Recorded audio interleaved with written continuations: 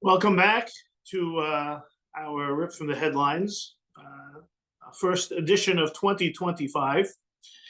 And this morning we're going to tackle some aspects relating to the Jewish dress code. What is appropriate Jewish attire?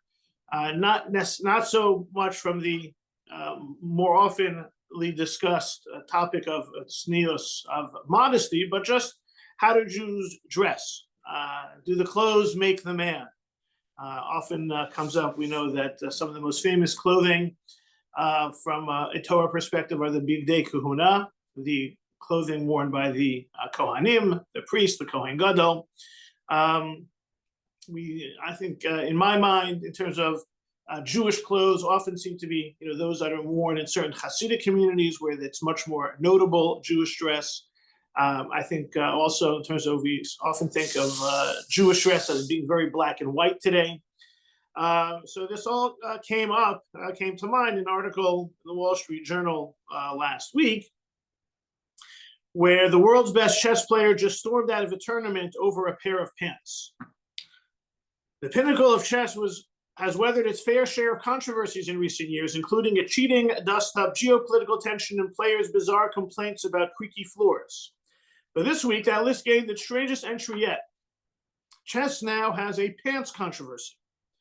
The biggest fashion faux pas this side of the Met Gala unfolded in Lower Manhattan on Friday when five-time world champion Magnus Carlsen arrived at the upscale Cipriani Wall Street, host of this year's World Rapid Chess Championship, wearing something organizers considered utterly inappropriate.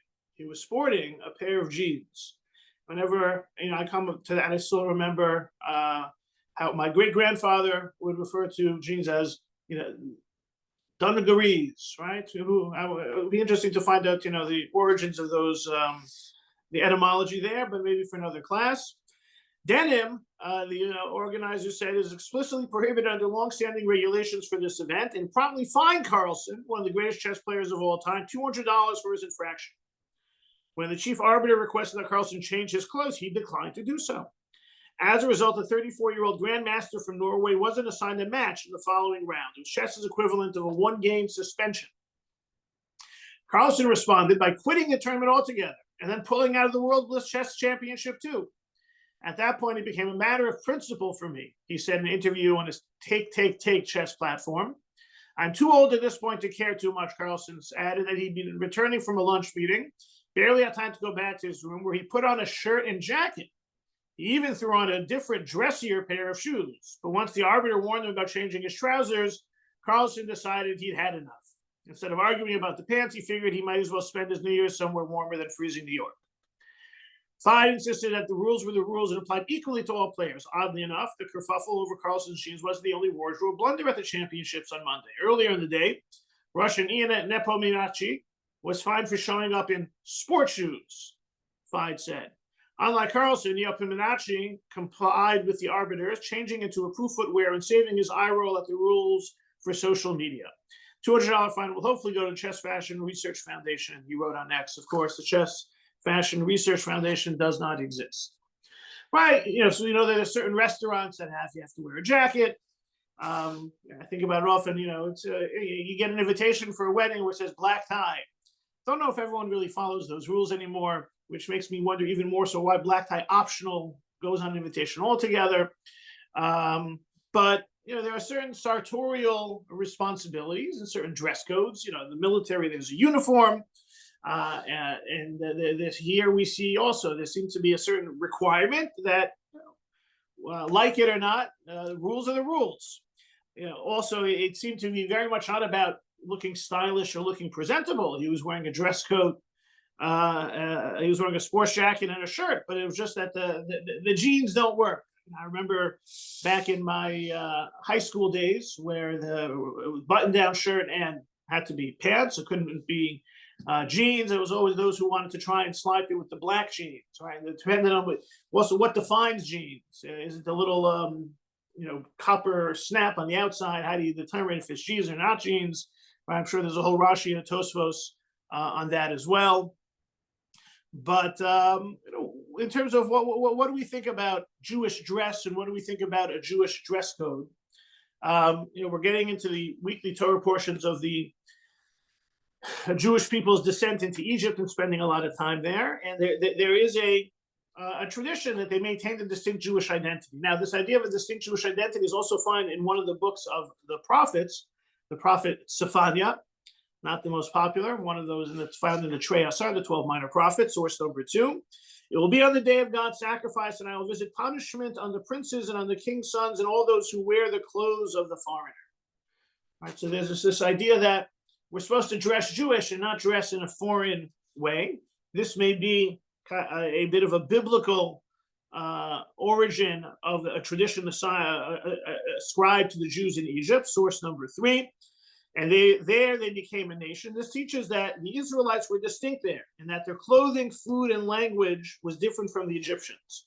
They were identified and known as a separate nation apart from the Egyptians. We need to have something that sets us apart. We don't want it to be imposed upon us like stars or armbands that our enemies have done in different parts of history. We should be looking differently.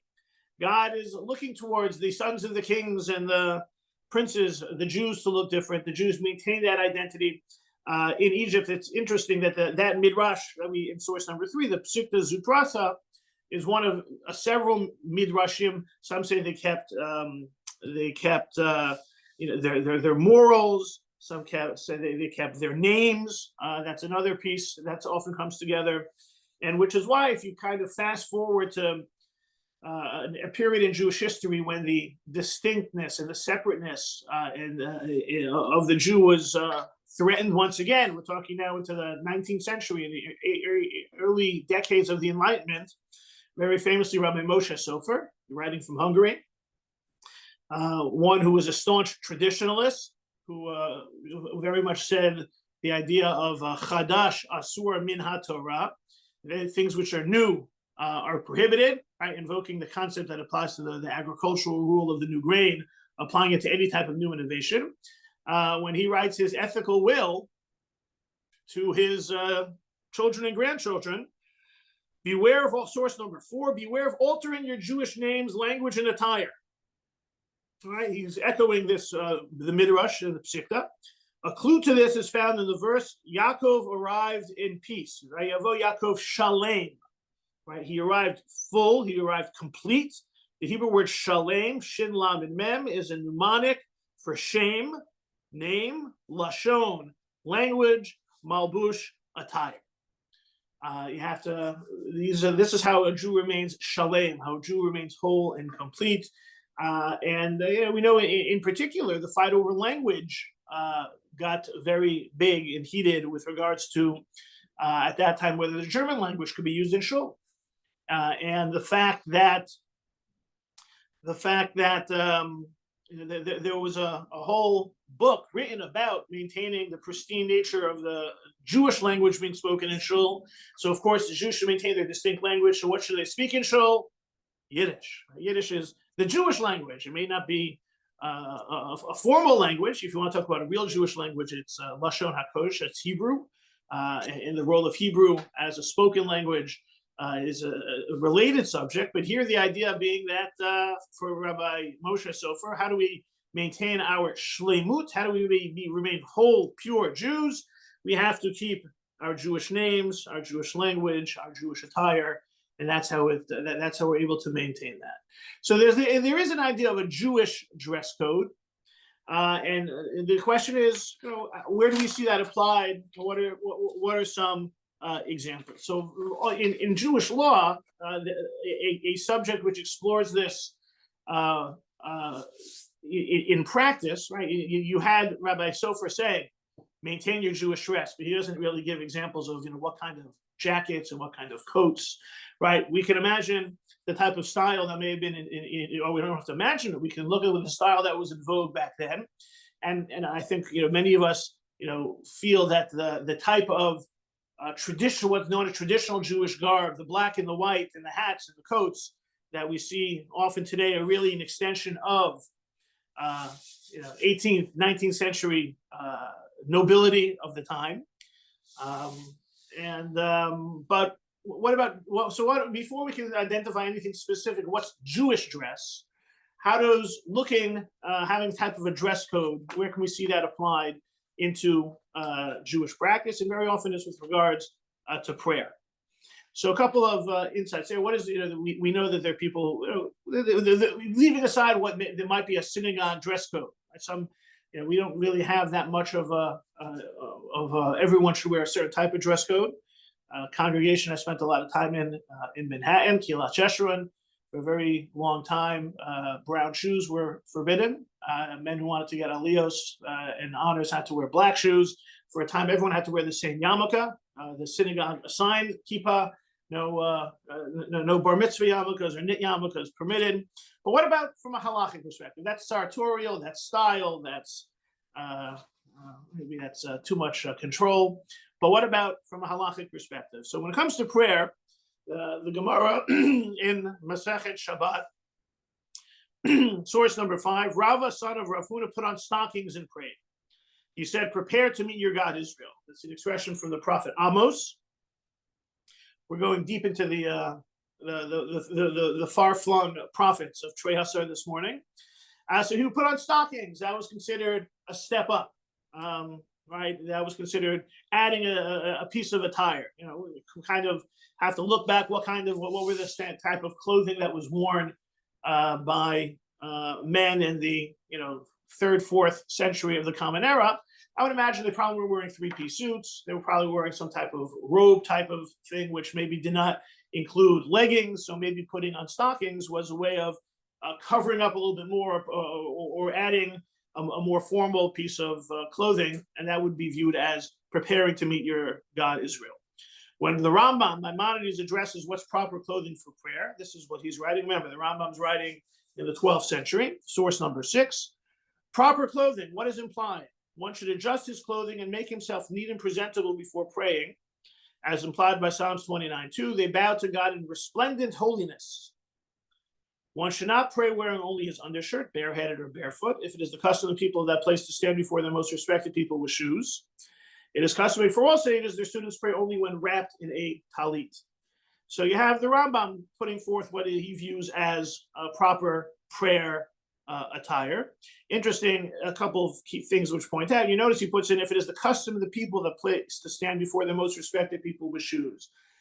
From the Rambam, we already see that there's going to be a difference in time and place. What's considered acceptable?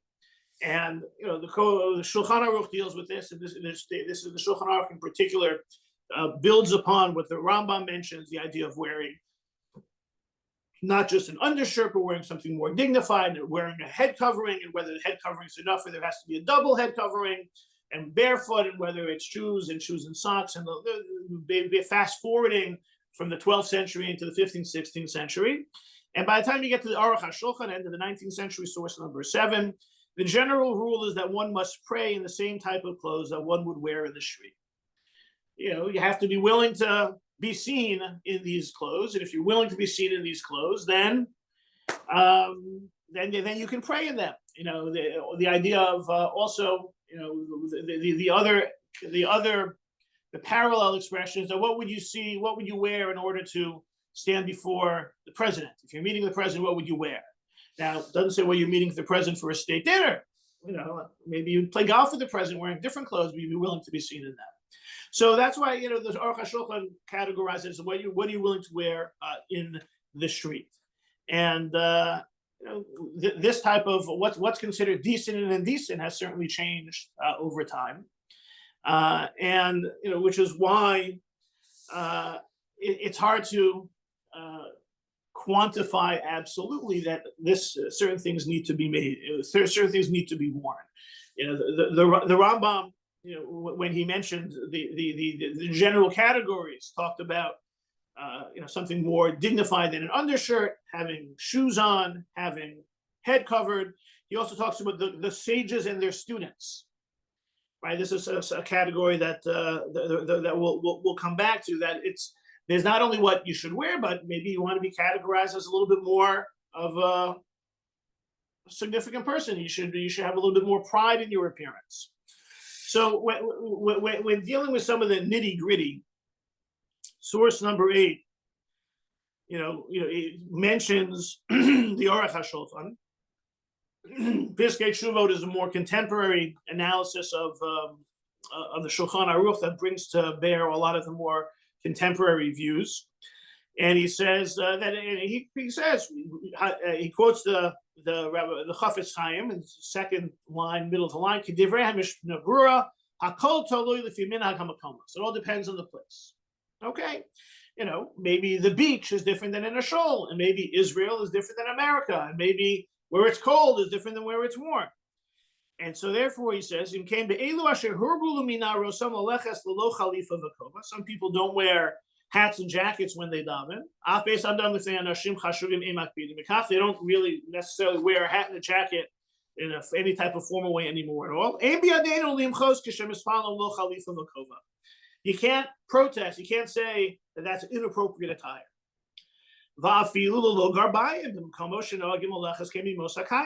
Even wearing, if you don't wear socks, if that's how people go without in the summertime.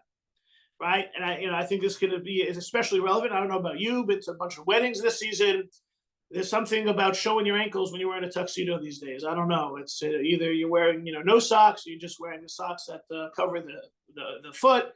So now black tie means no socks. So it's I think this is what Piskei Teshuvos might be referring to, even if he hasn't been at the weddings that I've been at. And the same thing with short sleeves or short pants. But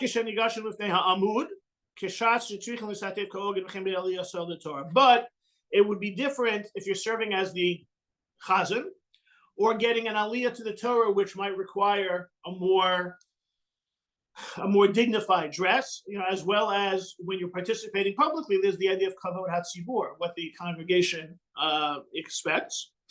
And what about if you normally do wear a hat and jacket? You wouldn't appear before a rabbi or in a religious situation without wearing a hat and jacket. So you have to. You will be forbidden to daven without that attire. Even if you're all alone. Right? So if someone wears a hat and jacket when they appear before others, for a rabbi or out in public, then if that's really your custom, then you have to wear a hat and jacket when you're davening alone, because this is what you determine as appropriate attire. Appropriate attire isn't necessarily about it's about how you'd appear in public. How you'd appear in public becomes your prayer attire, even when you are alone. So this is the Piskei Teshuvot is expanding upon what we saw at the Aruch HaShulchan. What are you going to wear? If you're going to wear it on the street, then and you're willing to appear in it, then you should be willing. Then you should be allowed to daven it. And just the extension of this idea about in terms of if you only would appear with a certain type of clothing, like the hat and jacket, as the example given for prayer. So source number 9, Rabbi Chaim Kanievsky goes to the extent of saying that it's preferable to daven without a minyan than to daven without one's jacket. If a hat and jacket is how you daven, then that's how you can't go to shul without it. Again, no one is requiring that, but if a certain standard has become your norm, then that is how you have to daven. Just in terms of what sets the standards, in terms of nowadays, the Piskei Teshuvot reference the idea of warmer climates and what people are used to going. So Rabbi Yirmiyahu Kaganoff, contemporary rabbi and author, was asked, source number 10, is a man permitted to daven wearing a short sleeve shirt and no jacket over it? I was once asked this question when I was on a visit to Miami. It's a good place to ask the question. A tot who wants to wear a jacket. I answer this depends on whether an attorney would enter a courtroom dressed this way. At the time, I was told that in Dade County, it is acceptable for an attorney to represent a client court without wearing a jacket. So even if you want to start talking about appearing before the official or the king, and it's not just about how you would appear outside. There seems to be a recognition that it's not only about the formal or the additional layers of clothing that may have been part of the halachic conversation. It's about what you feel comfortable wearing, as well as what would be acceptable not only to you to wear outside, but what would be deemed appropriate even to outsiders, not neighbors and friends, but even courtroom officials. There are also a couple of caveats here. We're talking about modest attire. We're going to come back to the concept of modest attire in general terms in a little bit, and we're also talking about wanting to look clean, right? The idea of of being the idea of being all covered in dirt and the like is also something that's just cleanliness is next to godliness is also part of how what the clothing we wear should be. And here we find an interesting note of Rav Soloveitchik. Source number 11, Rabbi Aaron Ziegler, who authored, or he compiled the halachic positions of Rabbi Joseph Soloveitchik. He passed away just recently, Rabbi Ziegler. So Rav Soloveitchik was very meticulous and stringent in every phase of Hilchot Tefillah, the laws of prayer. And Rabbi Soloveitchik was very much a staunch traditionalist when it came to prayer, including how to dress. He was once visited by a student who served in the Israel Defense Force who asked the Rav the following question. He worked in the tank division, and his job was cleaning and maintaining the tanks. So often his uniform would get covered in oil and grime. He wanted to know if he needed to change clothing before davening mincha. He emphasized that it would be possible to do so, but it would be quite inconvenient and difficult. The Rav looked at him in amazement and said out loud, "Why would you need to change? You're wearing Bigdei Kodesh. You're wearing holy clothes."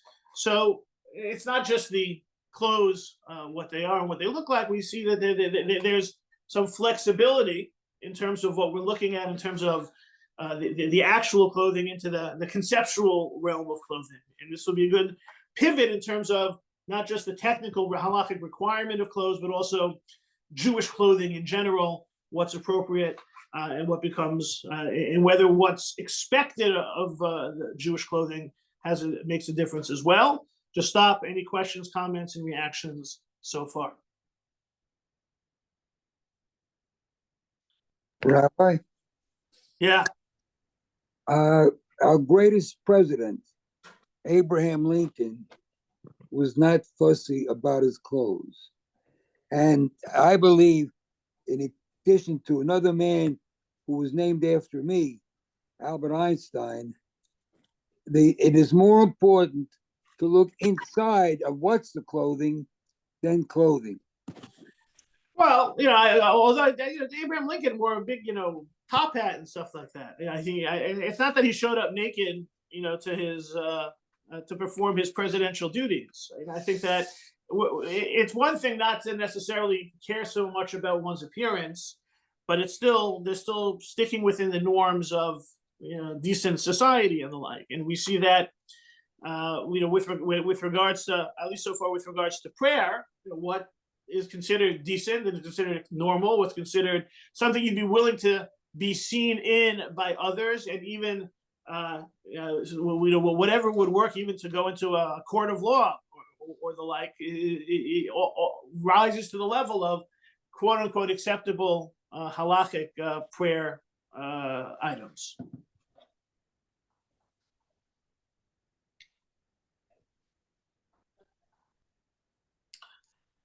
Okay, so with regards to this idea now, this was more technical. The Rav started entering kind of a subjective IDF. It's Bigdei Kahuna, holy clothes, Jewish clothes.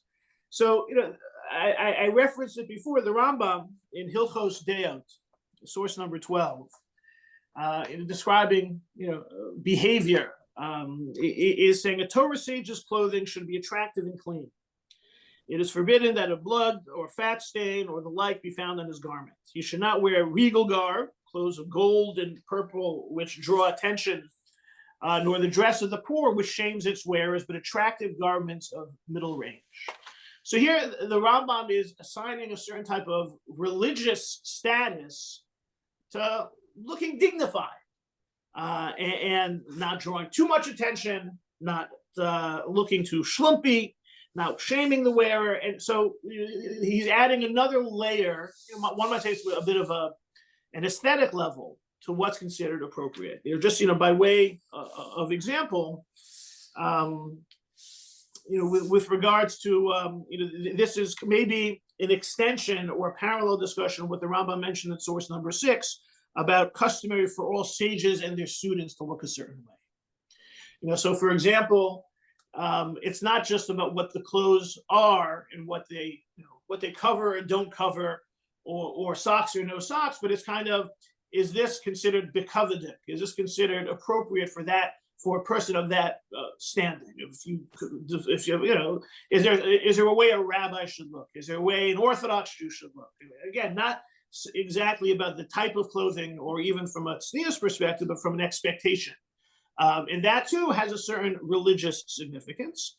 And I think this plays out in a couple of realms, and the Rambam himself starts the conversation for it. So, for example, shouldn't wear regal garb, clothes of gold and purple.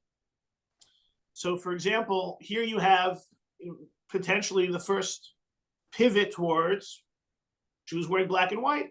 You don't want to, once you start talking about color, does it clash? Does it match? Right? No, you just wear something. Again, he doesn't say, he says gold and purple. Maybe gold and purple, no, red and blue, good. I don't know. But just the idea not drawing too much attention. The idea that it should be, viewed as something dignified, that doesn't shame the wearer. Attractive garments of middle range, right? It's not necessarily setting a price tag, but something that might be over the top, might be inappropriate. Rabbi J. David Bleich has an article, when discussing about like certain types of clothes that are, what's expected. So I think he was referring specifically, this was a tznius issue conversation with regards to women wearing pants.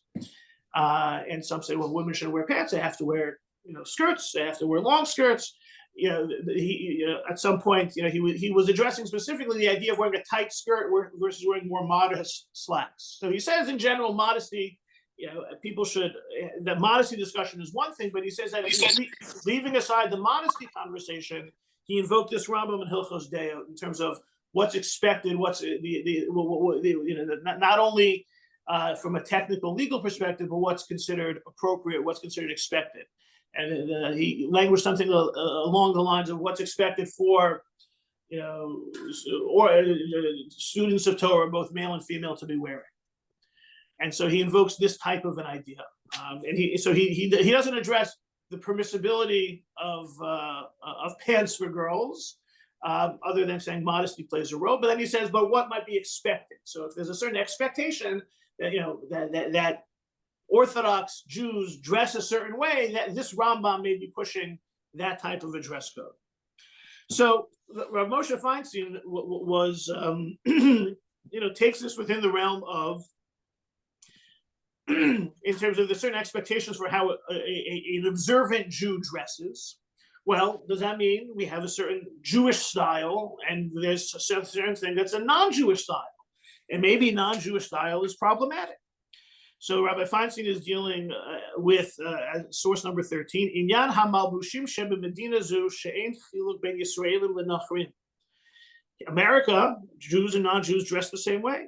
Imuchuyavim b'nei Polin shebo lepo v'gam hanoladim mehem bepo will bosh osan hamalbushim she'nogim bepolin mitzad ha'yisud demalbushei nachrim. V'afshar farshina bevo lepo hayev zerniz shnisa yisur. Jews who come here from Poland, maybe they should dress like Polish people dress.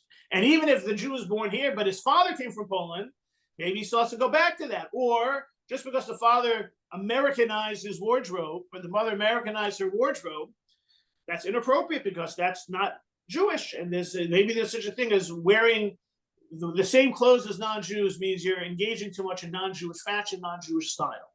Right? He invokes even the idea that what we've spoken before, in other settings with regards to the chukas hagoyim, in terms of engaging in the ways of the non-Jews, they're acting like them, and how there is even a restrictive view that anything the non-Jews take upon themselves, Jews have to stay away from, even if it doesn't have any religious significance. And the classic example that first was debated was, what about wearing the robes of a graduation? Right? They don't have religious significance, but they have a certain cultural significance. So again, the Rav Moshe is asked, can Jews dress in American culture if they're from Poland? Now, part of it, in the back of my mind, it seems to be, the whole black and white look, wearing a more Hasidic garb. It could also be part of the conversation, specifically, with regards to Polish garb. I don't think he needs dressing like Polish peasants. I think it more has to do with, if that Polish garb is now viewed as Jewish, is there a requirement to dress Jewishly as opposed to engaging in dressing the way everyone else dresses?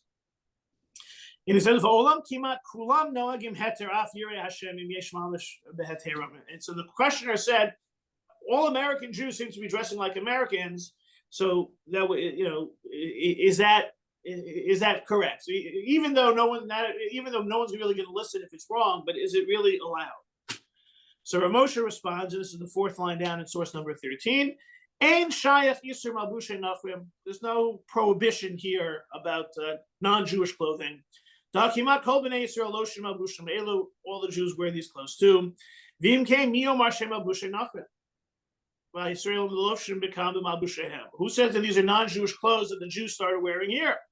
Maybe they're Jewish clothes. The non-Jews are wearing them. So no one said that these are Jewish clothes, and then afterwards they became non-Jewish clothes. The clothes are clothes. So that's how Rav Moshe responds in this situation. We said before this idea of jeans. Maybe you should look at each article of clothing who was it invented for. So where did jeans come from? Anybody know the origins of jeans? Yes, Miriam. You got to tell me. I think the California Gold Rush. Yes, right. Oh, that's if it happened to be they were created. The Jews made it. Levi Strauss. Levi Strauss. But they were created as a more durable article of clothing for the miners for gold. That's not a Christian clothing. That's not religious. That's functional.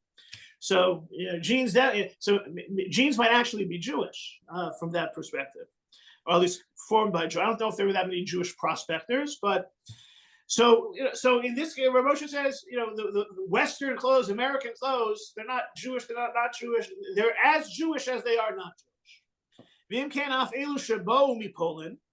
Those who came from Poland here, they can wear whatever they wear here. There's no prohibition at all. They're not considered Christian or Gentile clothes. So you dress Jewish one way in Poland, you're dressing Jewish another way here. There's no prohibition.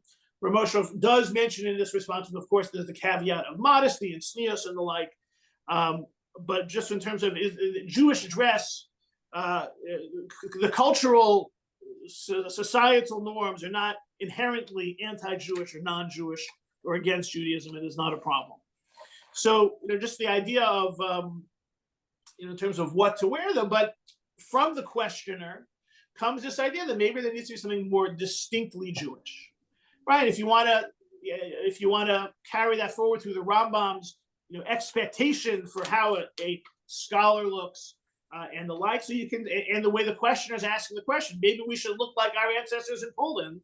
You get this idea of a certain type of expectation for how a Jew dresses. And now there have been certain there's certain preferences for dressing a certain way certain times. There's, for example, Shabbos, big day Shabbos. They talk about Shabbos clothes and a whole discussion about wearing more weekday clothes on Shabbos separate, and there will be a cultural element to that also, right? Big day Shabbos doesn't have to be a suit and tie when in some societies it's a polo shirt. Again, a separate conversation, but from a Jewish perspective, having a certain type of clothes for Shabbos and Yom Tov is something that stands out. And in particular, source 14, quoting from the Arizal, Yesh Lobosh Dalid Big Day Lavan. You should wear four garments of white on Shabbos. The upper Malbush Elyon, the upper Vahatachton, and what's underneath, the shirt, the Azor, Vahachaluk. You have to have the pants and the apron. Why four white garments? Because there are four letters in God's name, Yud, He, Vav, and He. So there's also a spiritual preference and perspective that emerges from this that has led to this religious preference for wearing white on Shabbos, for example, led to the idea that you shouldn't wear black on Shabbos. But that clearly didn't withstand the test of time, and some people started wearing black on Shabbos. And there's an interesting article written about it's a bit of a conflict between the more Kabbalistic influence on Jewish practice versus the legalistic influence on Jewish practice. But if you go some of the recordings and some of the images that we can see, or the paintings that were done of involve definitely more of a preference for white on Shabbos. Also, different, lighter colors were found in the Middle East among the Sephardim as opposed to the more black and white Ashkenazim. Part of it has to do with what was available. Some of it has to do with what the styles of the geography were. But this idea of to say that you have to wear black on Shabbos, and Kabbalistically, and if here's the halachic source, Rabbi Ashkenazi in the Be'er Heitev says you have to wear white. Like, what happened? How did certain things become in the closet and certain things were removed from the closet when it comes to how a Jew dresses? Just in terms of a very fascinating topic for me. I mentioned this at the beginning in terms of how Hasidim dress, and how Hasidim dress in terms of whether it be the coats and the hats and what kind of coats and what kind of hats. There's a great video that you can find online. There's an individual who was raised in the Satmar community. Her name is Frida Weisel. You can look her up online. Also, she has a video. It's called 50 Shades of Black, where she spent some time with a Hasidic grandson of one of the Rebbes, I think in the Vishnitz dynasty, who lives in Staten Island, who shows her, basically takes out the things in his closet and explains the differences between the hats and the coats and some of them, and when to wear white and when the top, and it's very interesting. A lot of it is based on tradition, what the ancestors were wearing, and some of it is based on Kabbalah, the idea of, he says, if you notice, the Rebbes on Shabbos often wear white, more of a white coat than not. And in this certain, the culture, the hierarchy, he talks about him being allowed to wear more, I guess, colorful or more stylish or more stylized, not just plain black coats because he's a grandson of a Rebbe. So there's a culture that developed around it, but some of the things that we're seeing here in terms of the Rambam, there's a certain Jewish dress and a certain spiritual influence, Kabbalistic influence, and what to wear, when to wear, is part of it. Also, just in terms of within the Jewish religious and intellectual society. So Rabbi Mark Angel, who was a longtime rabbi previously at Spanish Portuguese Shearith Israel, so he has a blog post where he writes, source number 15. I was president of the Rabbinical Council of America. I met with the then Rishon LeZion, Rabbi Mordechai Eliyahu, Rishon LeZion, Sephardic chief rabbi of Israel, and asked that he encouraged Sephardic rabbis not to dress like counterfeit Ashkenazim. Right, the idea, if you think you've probably seen, if you've seen the Sephardic chief rabbi, he often wears a turban and a robe. It's not just happens to be he's wearing a frock underneath it. But so Rabbi Angel's wondering, how come the Sephardim don't dress like Sephardim anymore, and why are they just imitating the Ashkenazim? So the Jewish people need various models of proper rabbis. The rabbinate should not be squeezed into one particular mold. While Sephardic rabbis don't need to don turbans and kaftans, they can dress as good modern Orthodox, religious Zionist rabbis in a variety of garbs. The more diversity, the better our ability to attract the wider segment of the population to religious life. Rabbi Eliyahu responded, the Ashkenazim garb has become the standard garb for Talmidei Chachamim, Torah scholars. And Sephardic rabbis won't be taken seriously enough if they don't dress according to this fashion. When I said the situation might be turned around, if he and other Sephardic leaders made issue of it, he said it wasn't worth it, wouldn't succeed. So why do they all dress in black hats and in black coats? Because that's, that's the way the fashion police have dictated serious scholars and serious rabbis look these days. And but again, he does invoke this idea. This is what Talmidei Chachamim wear and expected. We see echoes of the Rambam and Hilchos Deos there.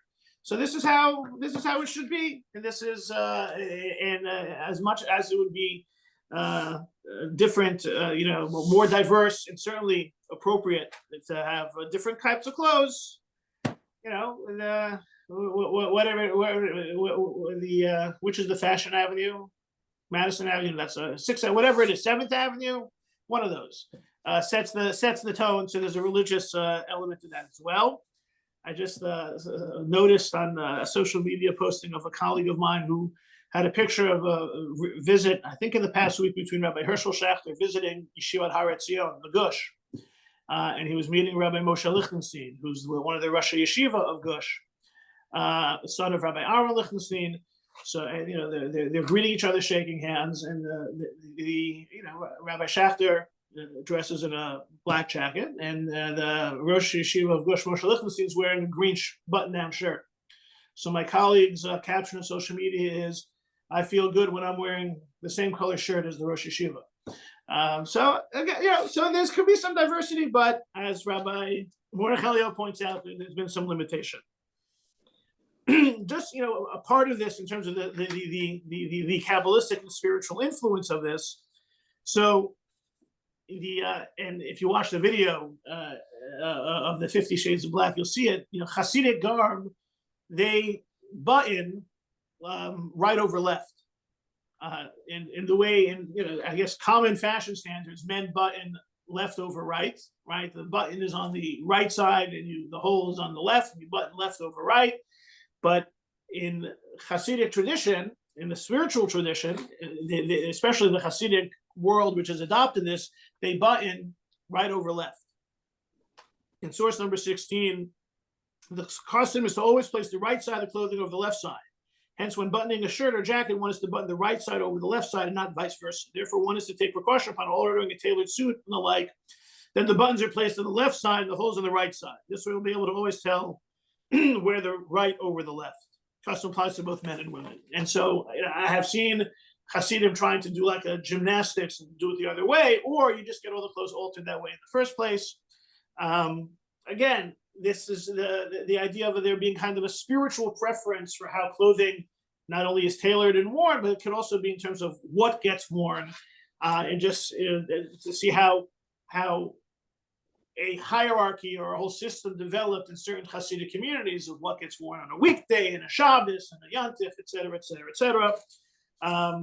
It's it's not with, part of it is, we may often want to say, oh, they look like their great grandparents, or they're dressing like Polish nobility. That's definitely where it started, but there is a spiritual, there's a religious, spiritual, mystical undercurrent that has impacted it, and part of it is some of the differences that exist in those communities is how they express their fashion sense, just within, I guess, using the foundation of the 19th century closet as the starting point. And I think this is, Beryl Wine summarizes the topic very well. Source 17, thus to a great extent, clothing made the person. As such, I feel that it's quite understandable that Jews always placed a great stress upon what clothing they wore and how they dressed. Naturally, the type and style of Jewish clothing varied in different ages and locations. Jews of Persia and Iraq did not wear Polish fur-trimmed habits, nor did Polish Jews wear headscarves or turbans. The Jews of Amsterdam in the 17th and 18th century wore triangular cockaded hats. Lithuanian rabbis in the 19th century wore gentlemanly tall silk top hats. But the common denominator for all that is that from the times of Moshe onwards, Jews attempted to dress distinctively, always within the confines and influences of the surrounding general population. Can't ignore what's going on around us, even as sometimes the way things are worn and what is worn seems to have been very much limited. It's certainly in a Jewish way. We see that sometimes there is Jewish dress, in terms of whether you can wear jeans when you play chess. I guess you got to read the rule book. Wearing jeans when going to shul, I think commonly accepted. If you want to have certain standards for different types of leading the service roles and the like, each shul will choose its minhagim. But these are some of the issues that emerge from the Jewish closet in the Jewish dress code. Right, especially because most of the designers are so many. Well, did Ralph Lauren just get a presidential award? Over flashily dress. Right.